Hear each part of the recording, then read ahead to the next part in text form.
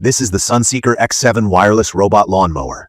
A low, gray, all-wheel drive rover with two big front wheels, a single-powered rear wheel that does the steering, a wide top that shades its stereo cameras, and a compact 29.2 by 20.2 by 10.2 inch footprint. It weighs about 30 pounds and looks more like a purposeful yard tool than a flashy gadget.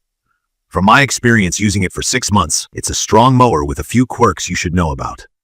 Key features that matter to me are wire-free navigation, real obstacle recognition, and traction that actually works on uneven turf.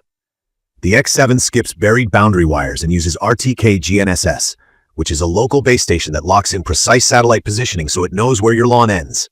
It backs that up with VSLAM, meaning the cameras build a visual map, so when satellite signal drops under trees or near tall walls, it keeps working. There's also a LoRa radio link for long-range, low-power communication to the base. In my opinion, that mix is the reason this thing stays on task more reliably than most wireless mowers I've tried. Setup took me an afternoon, not because it's complicated, but because accuracy pays off. I placed the RTK base where it has a clear view of the sky, staked the charging dock along an edge, and then I had two choices for mapping. The AI mapping is quick if your yard is fenced or has very clear borders. I tested the manual method first. Using the app's joystick, I slowly drove the mower around my perimeter and circled obstacles I wanted it to avoid. It took me roughly 45 minutes. It's tedious, but it gave me a very clean map.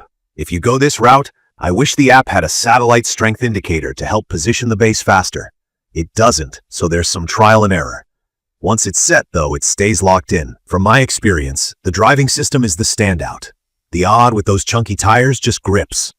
The manufacturer rates it for steep slopes, and on my hilly sections it didn't flinch, even when the grass was damp. It rolls over small roots and lawn ruts without getting stuck, which has been a frequent failure point with other robotic mowers I've used. The flip side is the rear wheel steering. The tail swings wide in tight turns, so if you've got lots of narrow corridors or hard edges, the shell can scuff. Mine has the cosmetic scratches to prove it. The cut quality is excellent. The floating dual-blade system keeps even contact over uneven spots, and the height adjusts from about 0.8 inches up to 4 inches, which covers warm season and cool season grass pretty well. It shines when you keep a regular schedule. If I let my lawn get too tall and wet after heavy rain, big clippings can wedge between the blade and the disc, and it stops cutting until I clear it. That's common for this style of mower.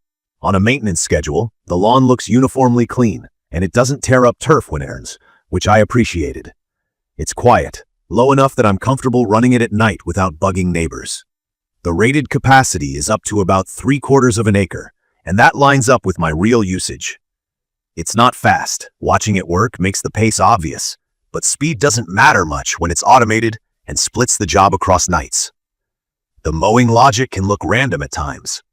I stopped worrying about the pattern once I saw that it reliably covers the whole map by the end of the schedule. Rain handling is solid. The rain sensor sends it back to the base as showers start, and the base is water resistant, so I don't babysit it. Auto recharge works as expected. I also tested power loss recovery. When I cut power to the base, it paused in place, then resumed where it left off once power came back. That's a small thing that makes a big difference if you deal with short outages. The app is where things feel less polished. It's stable and responsive, and it never crashed on me, which I appreciate. I can create zones, set different schedules, tweak the cut height, and check status easily. But the design looks dated, and some settings are buried in odd places. It gets the job done without flair. In my opinion, the app is perfectly usable for a first robotic mower, but if you're used to slick smart home apps, this will feel clunky. The good news is that firmware updates have quietly improved how it hugs edges and how it handles some tight spaces since I started. Build quality is mixed. The main shell feels sturdy enough, and the camera overhang is smart because it keeps the lenses clearer in rain and dust. I did learn the hard way that you need to lift it from the proper handle. Grab it in the wrong spot, and the casing can pop slightly. Ground clearance is low, which is normal for mowers like this, but if your yard has big humps or tall exposed roots, plan your map to steer around those. The rear swing means the tail can tap into walls or edging as it turns. My unit shows that wear. None of this affected performance, but it's worth knowing if you want your gear to stay pristine. Maintenance is refreshingly easy. The brushless motor runs quiet and should last. After a session, I tip it and hose the underside to clear clippings and dirt. The design is washable, but I avoid blasting the top panel directly.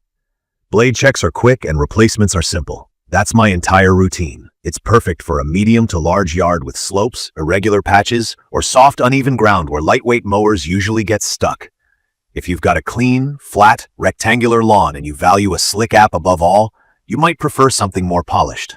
If your lawn includes narrow corridors, like a 6 to 7 foot squeeze between a fence and a wall, expect the X7 to pass most of the time, but occasionally hesitate or bump its tail. From my experience, the navigation stack is the real strength. When my RTK signal dipped near a tall hedgerow, the camera-based map kept it on track. Connectivity between the mower and base was consistently solid, and the return-to-base behavior was predictable. Those are the little reliability details that make you trust a robot outside. I'd recommend this for homeowners who want a set-it-and-forget-it workhorse and don't mind an app that feels basic. You'll also want to invest patience in the first map, because a great map equals a great experience. If you're new to terms like RTK and VSLAM, think of RTK as a super accurate GPS thanks to a small base station near your lawn, and VSLAM as the camera's way of building a visual map when satellite data isn't ideal. Together, they keep the mower inside your yard and away from your obstacles without burying any wires. In my opinion, the X7 is a hardware-first robot with software that's catching up.